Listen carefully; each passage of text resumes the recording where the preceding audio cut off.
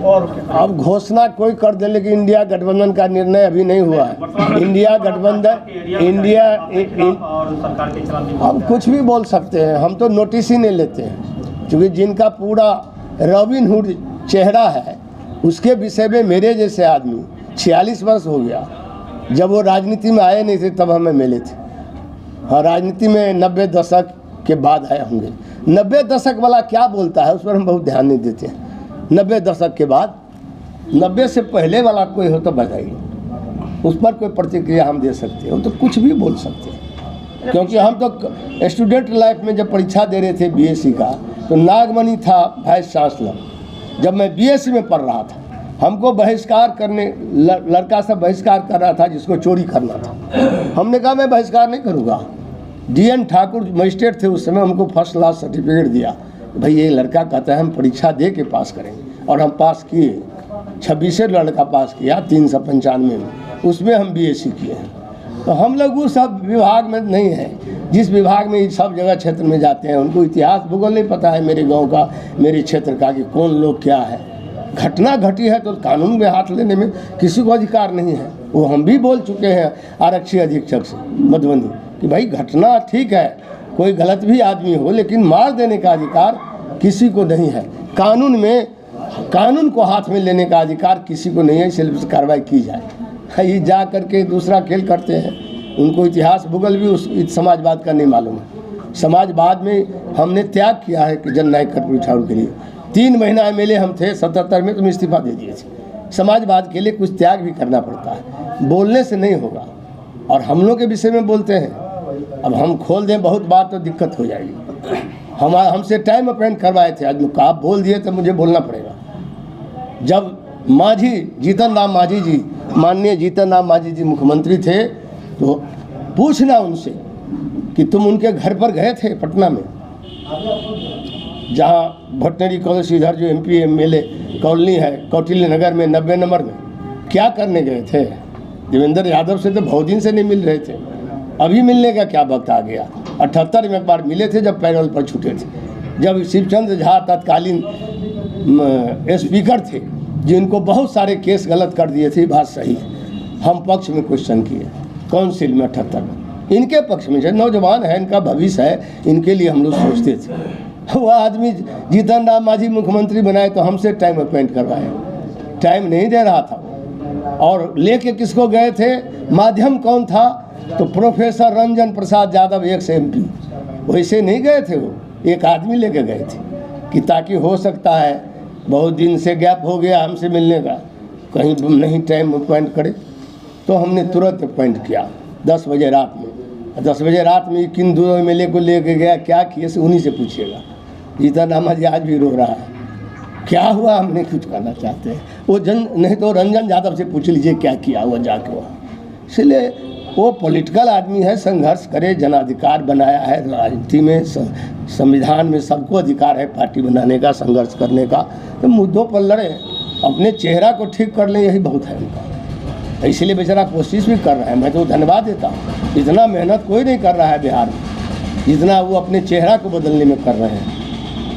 गरीब का तो करिए रहे हैं कल्याण, वो गरीब का कल्याण करें, अनसुन तीर न चलाएं, नहीं तो हम लोग बोल देंगे तो धरती हिल जाएगा।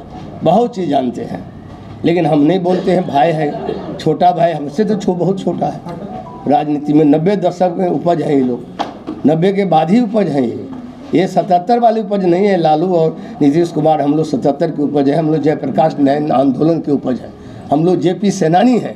ये 90 के दशक में राजनीति में आए हैं, तो ठीक है, करें। सामाजिक न्याय की बात करते हैं तो हमको अच्छा लगता है, धर्मनिरपेक्षता की भी बात करते हैं, लेकिन रॉबिनहुड का चेहरा बदल लेंगे तब सब एक्सेप्ट करेगा। जब तक रॉबिनहुड का चेहरा है बड़ी दिक्कत होगी उनको, तो रास्ता उनका बहुत कंटकपूर्ण रहेगा। तो हम लोग सबको एक्सेप्ट करते हैं, सबके लिए दरवाज़ा खुला है महागठबंधन में, उनके लिए कैसे हम मना कर सकते हैं? हम तो बता दिए कि हम नागमणि के समय परीक्षा दिए, नहीं साथ दिए चोर लोगों को। वो जो चोरी करने वाला था हमको ज़बरदस्ती करता था, चलिए बहिष्कार करिए। हमने कहा नहीं, हम बहिष्कार नहीं करेंगे, हम परीक्षा देंगे। हम परीक्षा दिया 72 में, तो एक दिन में नहीं न बनता है आदमी। अब हमारा अब 46 वर्ष हो गया, MLA हुए, 5 बार पार्लियामेंट में रहे, 1 बार मिनिस्टर भी बने। अब वो भी 4-5 बार हो ही गए होंगे, अब पता नहीं, हमको मालूम नहीं है। और बन जाए, हम उसकी शुभकामना करते हैं कि पप्पू जी और आगे बढ़ें, ये मेरी शुभकामना है बड़े भाई के नाते। छोटे भाई पर हम कोई प्रतिक्रिया नहीं देते हैं, लेकिन कम से कम अपने जहाँ जा रहे हैं वहाँ सोच लेना चाहिए, कहाँ जा रहे हैं, क्या बोल रहे हैं। कुछ राजनीति मर्यादा भी होती है। वो मुखौटाधारी कर रहे हैं, उसको जो इस्तीफा दे दिया, जो समाजवाद के लिए 3 महीने में एमएलए छोड़ दिया, समाजवादी नेता के लिए जननायक कदम उठाओ। भाई तुम जो करना है करो, कम से कम व्यक्तिगत टिप्पणी नहीं करो, मर्यादा है। हम तो तुम्हारा पक्ष में बोलने वाले हैं कि भाई तुमको भी कुछ मिल जाए, बन जाओ, अच्छी बात है, मेरी शुभकामना है, लड़ो। महारानी उनका मांग है कि जो लोग धर्मांतरित करके ईसाई या मुस्लिम बन गए हैं वो दोहरी लाभ ले रहे हैं, उन्हें डिलिस्टिंग किया जाए, इस पर क्या कहें? देखिए, अभी तो 24 आते आते बहुत सारा मांग उठेगा। यदि मान लीजिए ऐसा कहीं हुआ है धर्मांतरण, स्वेच्छा से नहीं हुआ, स्वेच्छा से तो कोई कुछ कर सकता है, स्वेच्छा से नहीं हुआ है तो ये तो उसकी जांच होनी चाहिए, पता लगना चाहिए कैसे इतने लोग हैं जो दोबारा लाभ ले रहे हैं। नहीं, दोबारा लाभ लेने वाले कितने लोग हैं, इसको ट्रेस किया जाएगा, पता लगाया जाए। वो तो फिगर दे ना कहाँ कहाँ इस तरह से हुआ है, तो इसकी जांच कर लेगी सरकार। जी, जांच सर, दोहरा लाभ नहीं हो सकता है, जो नियम है उसके तहत में चलेगी सरकार, तो नियम से चलता है।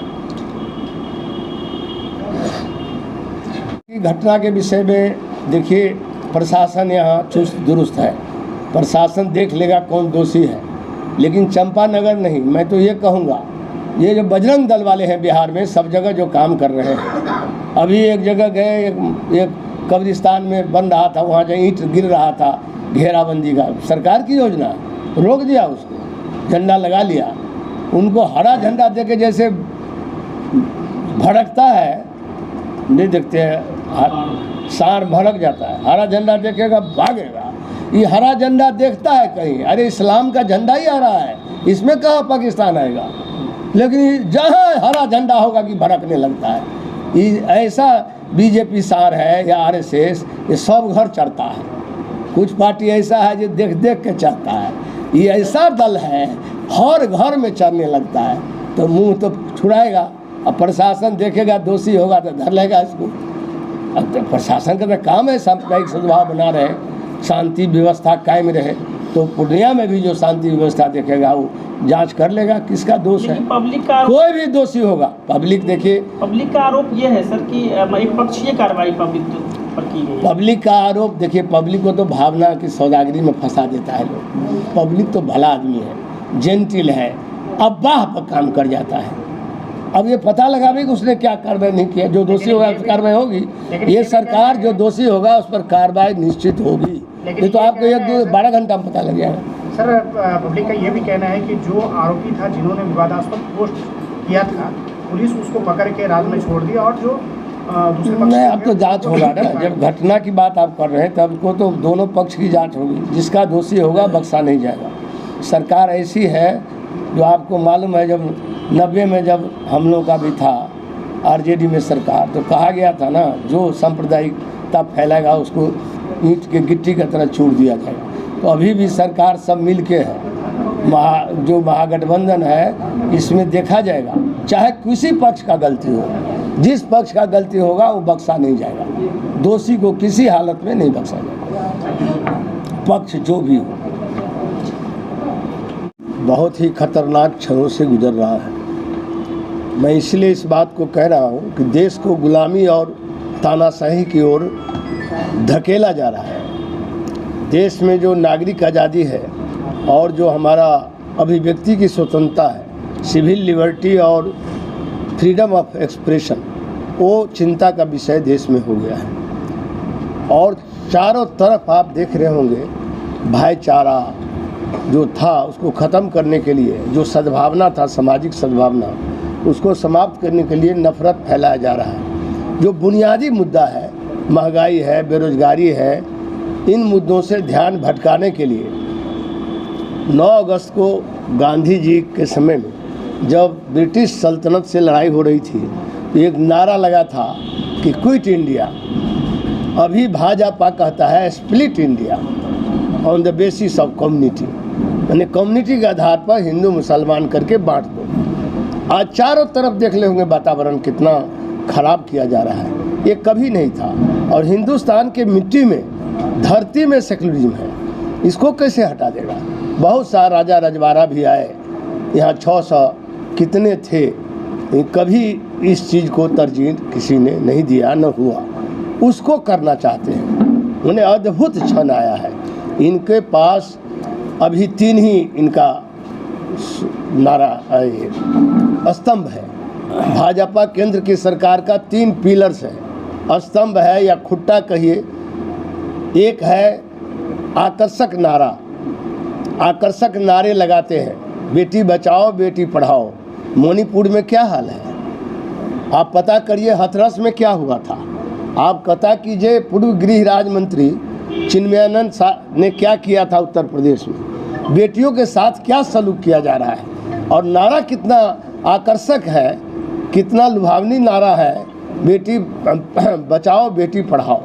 दूसरा नारा दिया इन्होंने, सबका साथ सबका विश्वास और सबका प्रयास। किसी का न साथ है न किसी का विश्वास है, लोकतंत्र का नाश है, संविधान का, यानी सब कुछ को विनाश करने जा रहे हैं।